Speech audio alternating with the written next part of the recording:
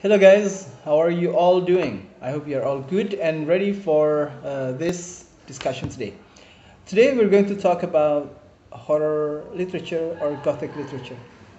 For further explanation, let us now check my video.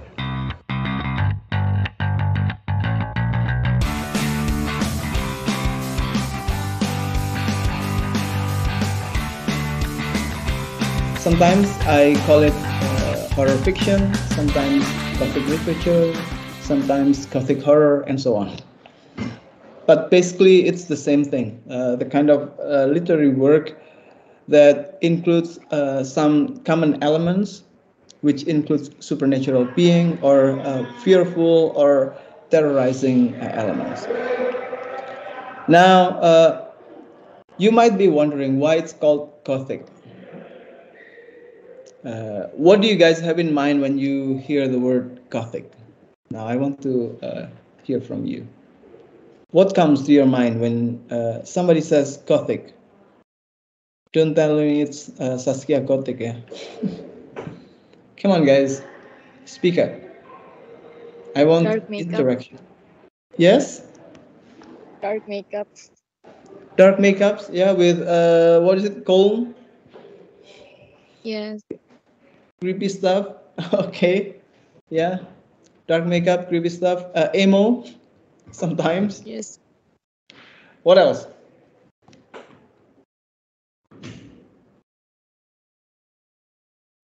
Monochrome Uh, colors. yeah, maybe brooding teenagers. Okay, brooding teenagers, like those emo guys, yeah. Yes. Okay. What else?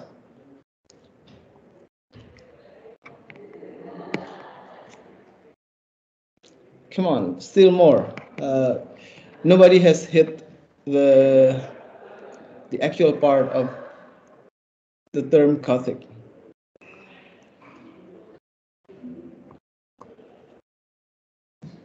I think it kind of has this connotation of like really old buildings that has like stained glass windows and also like really pointy arches. Okay. Yeah.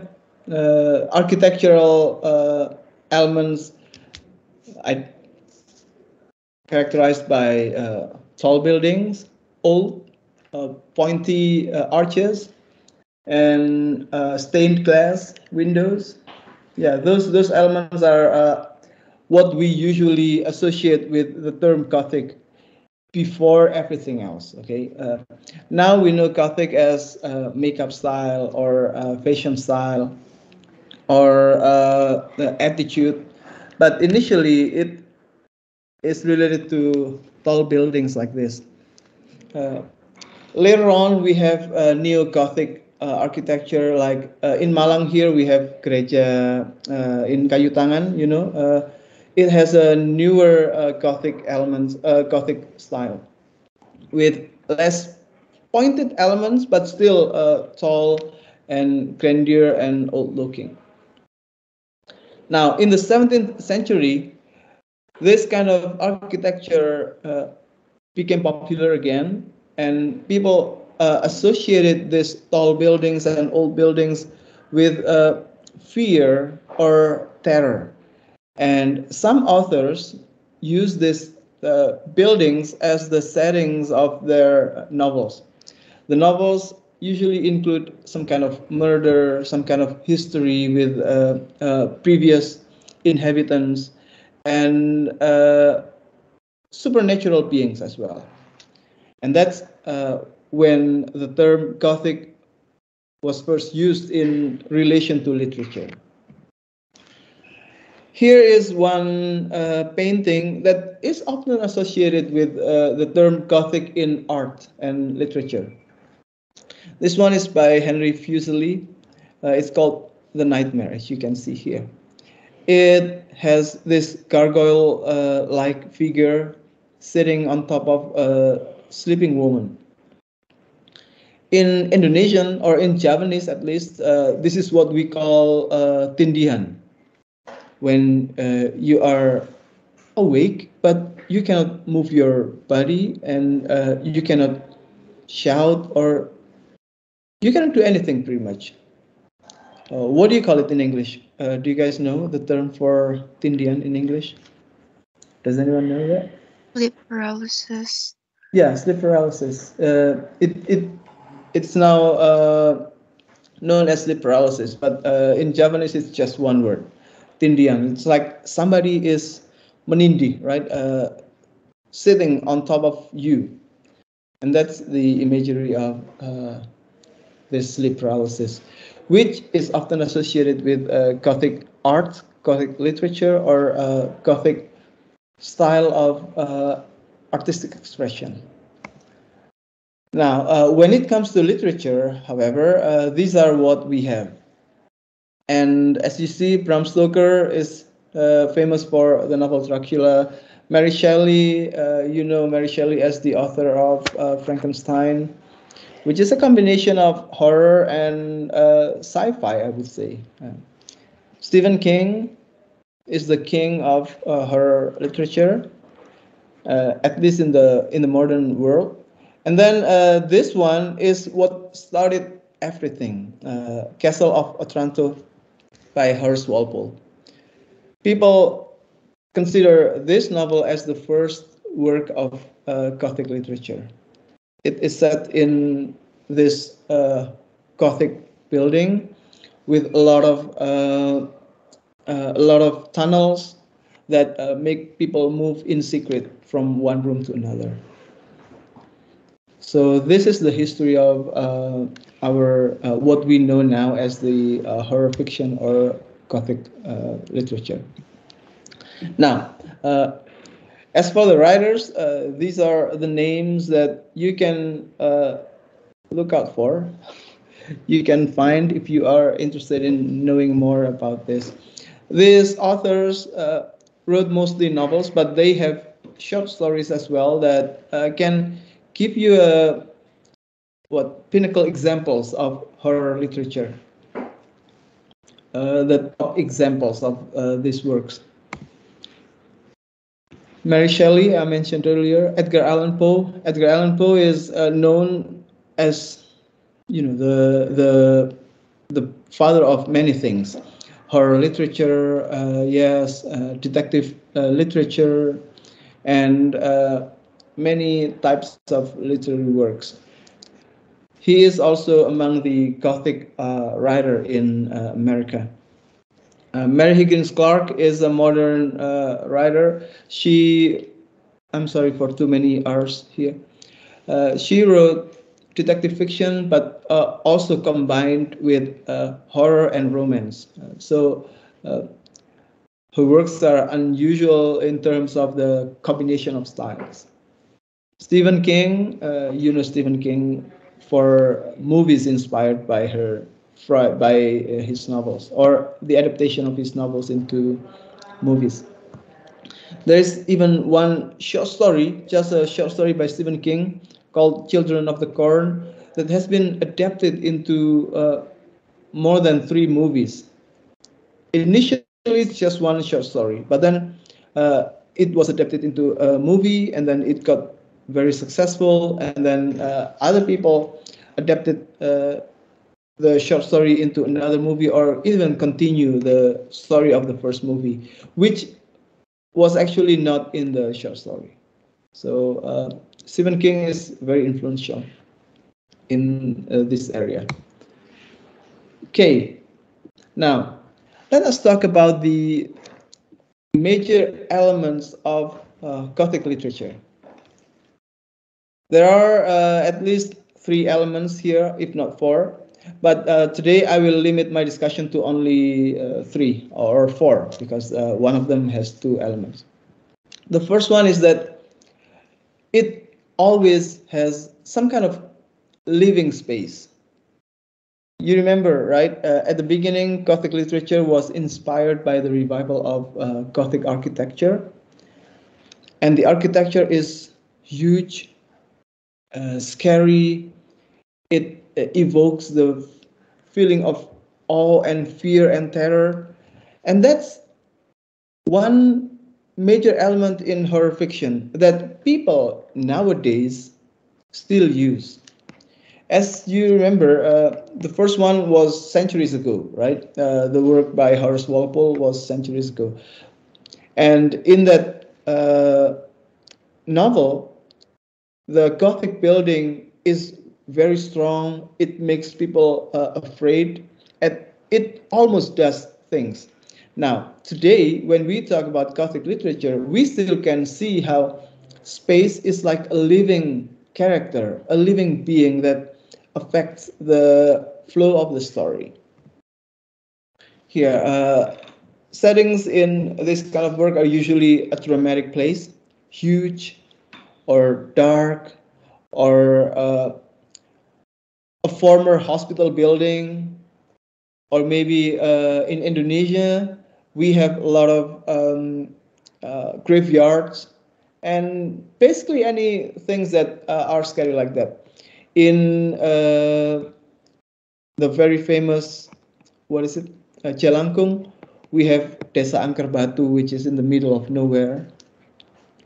And recently we have KKN di Desa Pelangi, KKN Desa Penari, which is a very remote area. So these spaces, these settings are that important, usually dramatic ones, far from everywhere, in the middle of nowhere, or old, or has a strong history.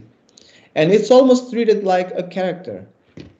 You can see how the darkness of the place is killing. It makes you feel lonely, and the loneliness is chilling. It's not in the sense that making you feel chill, but it makes you thrill. And the remoteness is distressing. Later, if you have the chance to read Children of the Corn, you will see that the place is in the middle of nowhere, in either in Kansas or Nebraska, in the middle of cornfields. And oftentimes it's pseudo-medieval buildings, like Gothic castles or churches, or in Indonesia it's hospitals, old hospitals, or simply run-down houses, houses that are almost, falling apart. Sometimes alleys are used, and many things, Batman used to include a lot of this Gothic architecture, Gothic settings. But the recent one is more like a detective story with more urban settings than Gothic settings. Okay, here are some popular works where you can find how buildings are like living creatures.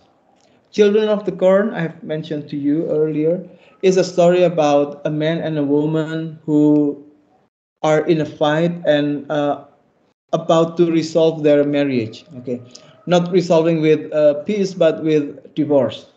They are in the middle of fields in either Kansas or Nebraska and hit somebody in the road.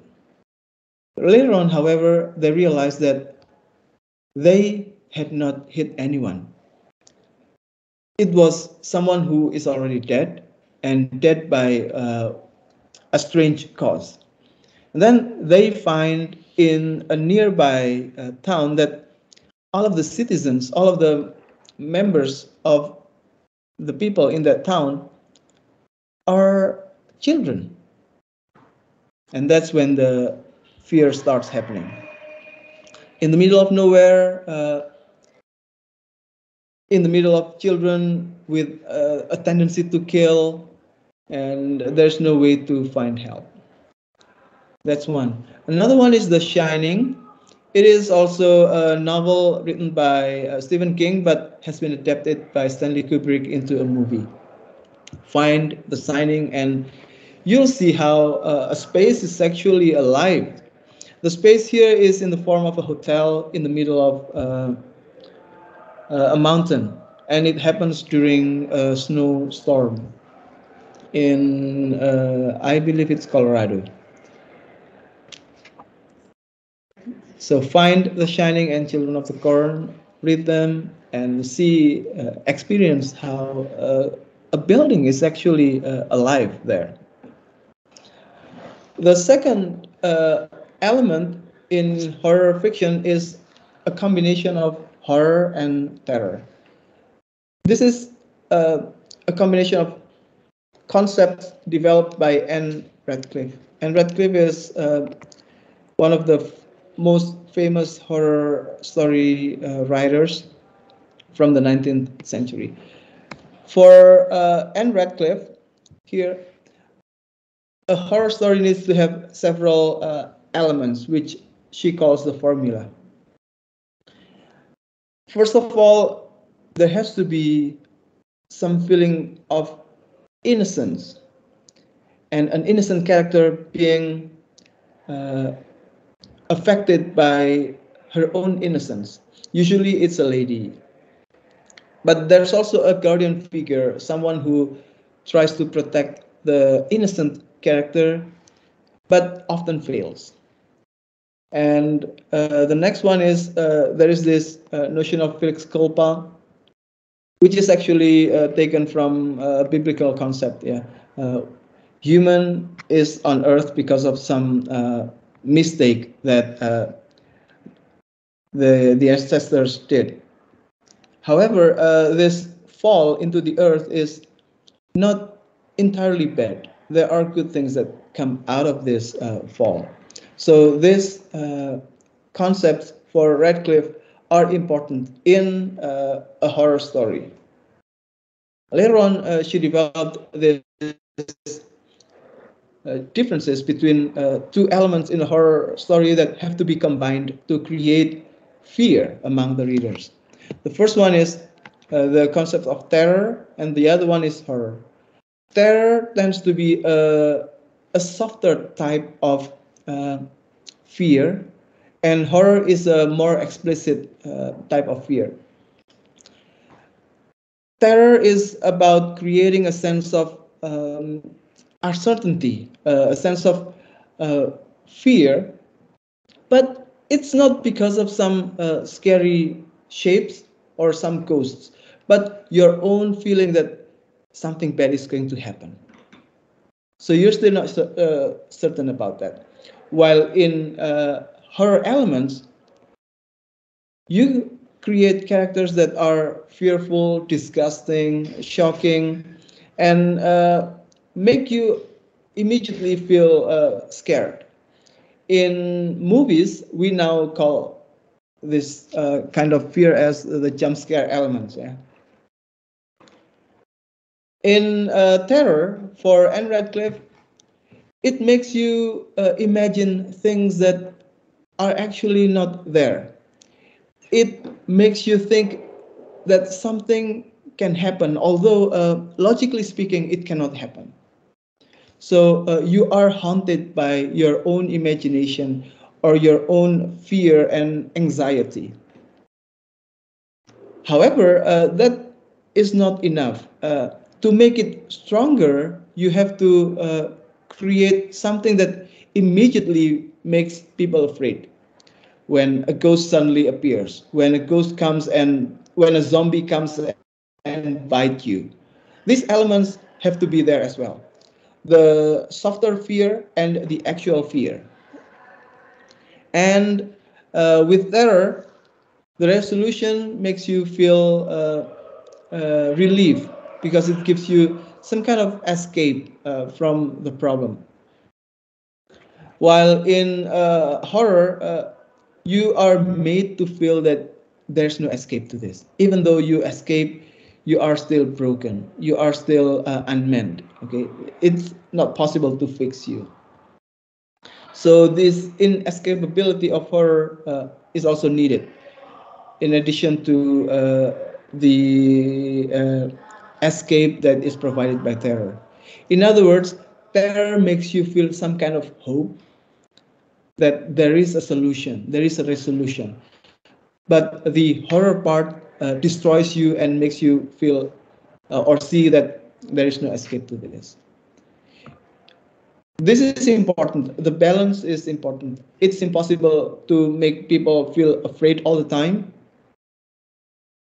because if people are made to feel afraid all the time, they will eventually get bored and leave it. But if the audience or the readers is made to feel some kind of hope, then it is possible for you to also feel the fear. Okay, there are people around there, but I will go to their office. Okay, now let's continue to the next part. Okay. This is related to the notion of sublime in philosophy. Sublime is a combination of awe, respect, grandeur, but there is some kind of fear that you cannot explain, some chaotic element that is present there. It's a combination of greatness and inexplicability. This happens, for example, when you are, like in this painting, by the seashore with raging waves. The sea offers some feel of peace, but at the same time, it also gives you some fear. Okay, the sea is often associated with freedom, a vast space, but there's waves there that are raging and can kill you instantly. So this sublime element manifests in the combination of terror and horror. So later on, if you read a horror story, find the terrorizing element and the horrific elements, the horror and terror. Good horror stories have them usually. And it is manifested also in general characters in horror stories that are often isolated protagonists. The protagonist is separate from the world. It's somebody who is antisocial sometimes, or somebody who is affected by some religious teachings that are radical or fearful. There's also a villain, some bad guys who are sometimes bad because of their inner drive or because of some external elements. They are not supposed to be bad, but the situations make them bad. In The Shining, which I mentioned to you earlier, this story, the character is actually just a good father who works by keeping hotel while nobody is there.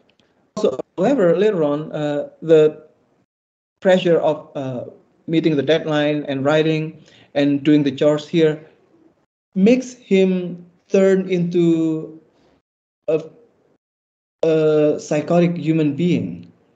So this character turns bad not because of his inner drives, but because of some external elements. And another common character is a virginal maiden, a young woman who is innocent, who eventually falls prey into scary things around her.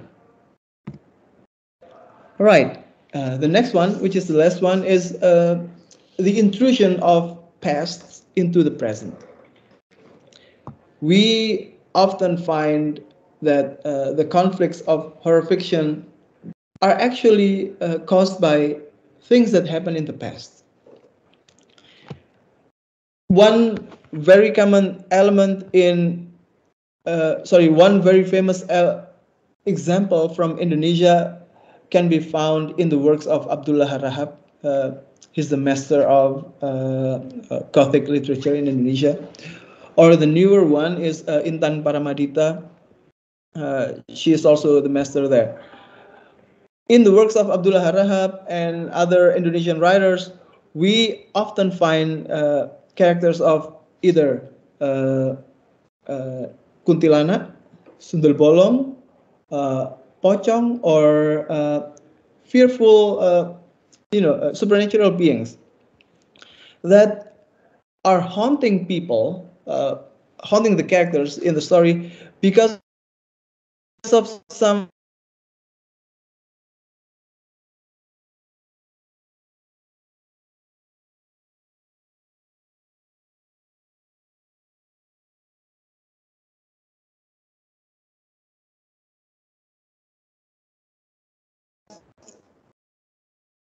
so that this character goes out and it's Wewe Gombel, I believe, goes out and find children to take care of.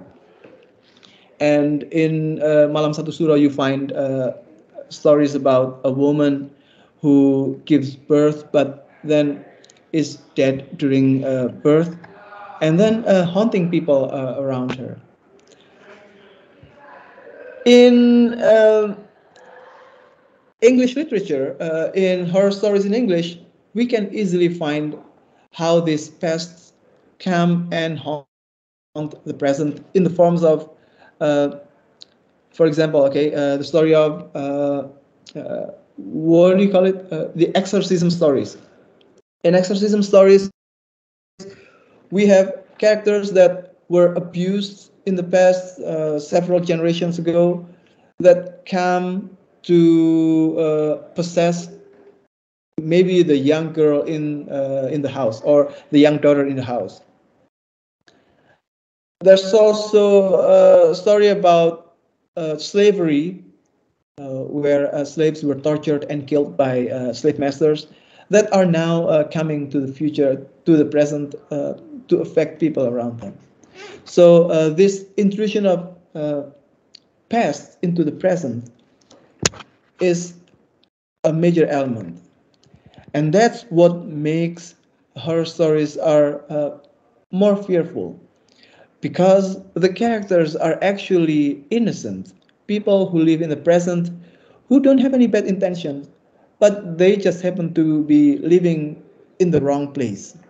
They get into a house that is haunted by the spirits of people from the past that were abused in one way or another. So seeing how innocent characters fall prey into something bad like this will make you feel sorry or afraid, and you identify with the characters.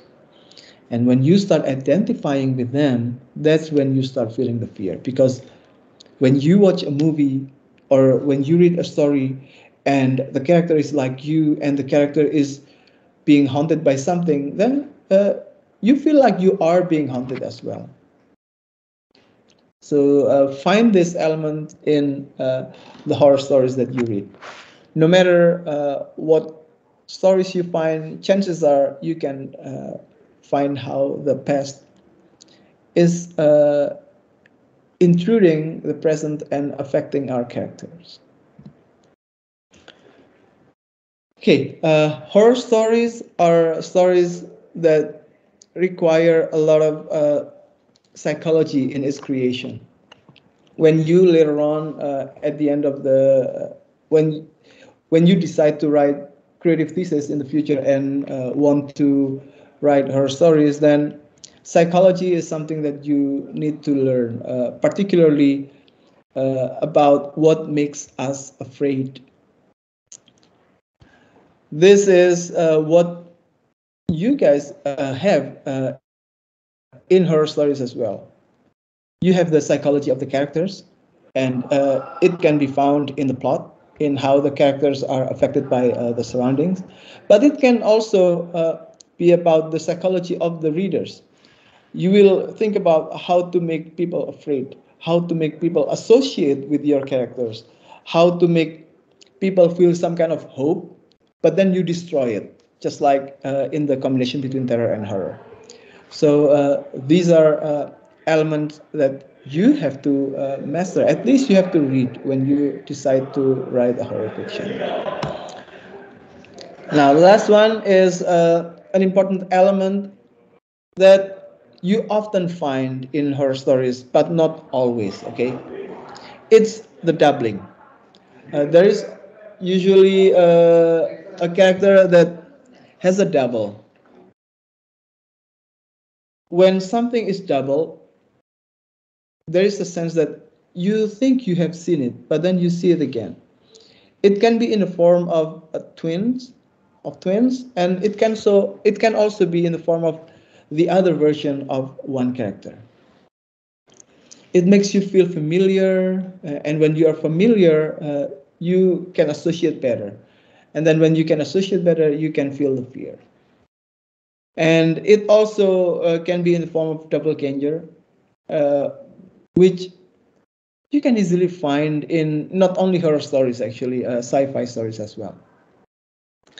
One of the most famous examples of doubling is here in the story of Dr. Jekyll and Mr. Hyde. It's a Gothic story that people nowadays don't consider as horror, but it has the elements of horror. Dr. Jekyll and Mr. Hyde by Robert Louis Stevenson is a story about a doctor, Dr. Jekyll, who has a different personality, a personality of someone who is rough, bad, and unruly. Every now and then, this character comes out in the form of what he calls Mr. Hyde. In the modern world now, we know multiple personality disorder. It's pretty similar to that. However, in this novel, it is made more prominent, and it can also make the appearance look different. This is also the inspiration behind our scientist, professor, and monster character, Dr. David Banner, Bruce Banner, and Hulk. All right. This is our modern Dr. Jekyll and Mr. Hyde. But now it's not a horror story anymore, right? It is a sci-fi work that has a lot of those Gothic elements. Okay, I guess that's all I can say. And let me review again. There are three major elements in a horror story that I hope you guys can try to identify as you read. The first one is there's this element of living space. The space of a horror story is like a living creature that can haunt you, that can kill you, and that can make you depressed. The spaces are often claustrophobic. They might be big, but they trap you inside it. The second element is the combination between horror and terror that we get from Anne Radcliffe. Here you can find that some stories have softer elements of fear, but they also have the more explicit element of fear. A combination of these two create a good horror story. Then we also have the intrusion of the past into the present. This intrusion make characters who are innocent fall prey into something big, something scary that can eventually kill them. And as an addition, there's this notion of doubling that you can often find in horror stories, but not always. They can be in the form of twins, they can be in the form of multiple personality characters, they can be in the form of people that look like you, but not exactly you, but can kill you. That's the scary part.